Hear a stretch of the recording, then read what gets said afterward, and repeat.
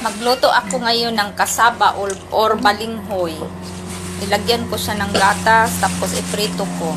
At saka yung asawa ko, tingnan mo ba, nasasarapan siya sa aking luto. Masarap daw. First time kong gumawa ngayon ng ganitong balinghoy or kasaba. Ilagyan ko rin siya ng kunting gatas din. Saka harina. Parang masarap. Asukal. Gatas, yun lang, pinaghalo-halo ko, konting tubig. Tapos, iprito ko yan siya. First time kong gumawa. Kala ko hindi masarap. Masarap naman pala. Yummy nga daw, sabi ng asawa ko eh.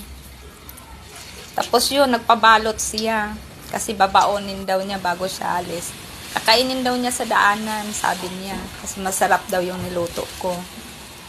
Thank you so much and God bless all na ang asawa ko ay nasasarapan sa aking niluto. Yummy na yummy daw. Thank you. Masarap tayo. Mga yun. Yum yum. Bumili kasi ako ng 1 kilo na balinghoy na kinudkod na.